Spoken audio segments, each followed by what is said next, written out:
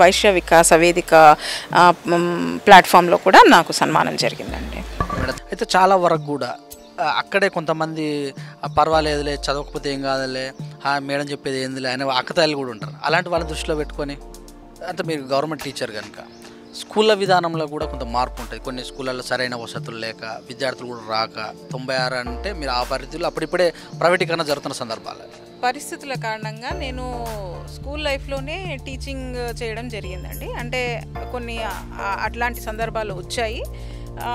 Teaching అనేది నాకు తెలియకుండానే అది నాలో భాగం అయిపోయింది. అంటే నేను ప్రొఫెషన్ని చూస్ చేసుకునే అంత వరకు కూడా నాకు టైం లేదు. అంటే అది నాకు అలవాటు అయిపోయింది. ఇంకా it's something part and parcel of life లాగా అయిపోయింది. ఆ తర్వాత నేను డిగ్రీలో నాకు సెకండ్ ర్యాంక్ వచ్చింది, యూనివర్సిటీ సెకండ్ ర్యాంక్. అది చాలామంది అన్నారు, ర్యాంకర్వి నువ్వు టీచింగ్ సైడ్ వెళ్తున్నావేంటి అని. But that has become a part and parcel of my life. నాకు ఇంకా ప్యాషన్ ఏర్పడిపోయింది చెప్పాలి అనేది, పిల్లలతో షేర్ చేసుకోవాలి అనేది, పిల్లలకి నేర్పించాలి అనేది. అలా నేను టీచింగ్ సైడ్ వచ్చాను. టీచింగ్ ఎన్నుకునేటప్పుడు అంటే మీరు గవర్నమెంట్ టీచర్ కనుక స్కూళ్ళ విధానంలో కూడా కొంత మార్పు ఉంటుంది. కొన్ని స్కూళ్ళల్లో సరైన వసతులు లేక విద్యార్థులు కూడా రాక 96 అంటే మీరు ఆ పరిస్థితుల్లో అప్పుడిప్పుడే ప్రైవేటీకరణ జరుగుతున్న సందర్భాలు అప్పుడు ఎలా ఉన్నారు? అంటే కొన్ని వసతులు లేకపోవడం అనేది ఉందండి. అయితే ఏం చేస్తున్నామంటే అవునండి, కొన్ని వసతులు లేకపోవడం అనేది ఉంది. అయితే ఎంతసేపు ఉంది అని ఫోకస్ చేయడం కన్నా వాటిని ఎలా సరిదిద్దుకోగలము, మన పాత్ర ఏంటి అనేది ఫస్ట్ ప్రశ్నించుకోవాలండి. ఏ టీచర్ అయినా ఏ మనిషి అయినా. పిల్లలు ఎందుకు ఇబ్బంది పడుతున్నారో, నేను చెప్పిన పాఠం ఎందుకు అర్థం కావట్లేదో నాకు అంత పెద్దగా తెలిసేది కాదండి. కొత్తగా సర్వీస్లో చేరినప్పుడు కొన్ని రోజులు అట్లా అంటే నేను చెప్తూనే ఉన్నాను, మరి వాళ్ళకి ఎందుకు అర్థం కావట్లేదు. ఒక యూఎస్ క్లాస్ రూమ్లో క్యాల్కులేటర్ లేని అడిషన్ కూడా చేయరండి. అడిషన్ మరి ఎలా కంపేర్ చేస్తారు మీరు యూఎస్ చైల్డ్ని ఇక్కడ? ఇప్పుడు టీచరు, నేను మ్యాథ్స్ టీచర్ని, నేను ఈ మ్యాథ్స్ టెక్స్ట్ బుక్ చెప్పాలి అని లిమిట్ చేసుకుంటే ఎక్కడ ఏం జరగదండి.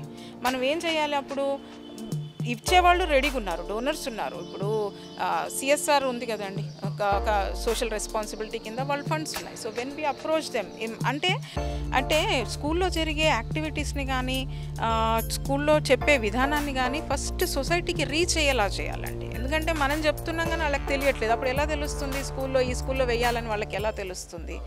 ఆ నమ్మకాన్ని కల్పించాల్సిన బాధ్యత టీచర్దేనండి. నేను యూఎస్కి వెళ్ళొచ్చినాక సరే నేను వెళ్ళి రావడం కాదు కదా, నా పిల్లలకి అది ఎంత ఉపయోగపడుతుంది, నా క్లాస్ రూమ్ పిల్లలకి నేను వెళ్ళొచ్చిన ప్రాసెస్లో నేను నేర్చుకునే ఎలా ఉపయోగపడతాయి అనేది నన్ను నేను ప్రశ్నించుకున్నాను. ఒకటి మెయిన్ ఛాలెంజ్ ఏమొచ్చింది, యూఎస్ తోటి కనెక్ట్ చేసినప్పుడు, యూఎస్ క్లాస్ రూమ్ని మా క్లాస్ రూమ్తో కనెక్ట్ చేసినప్పుడు టైం జోన్ డిఫరెన్స్ అండి. వాళ్ళకి మార్నింగ్, మనకి ఈవినింగ్, నైట్, అవి చాలా.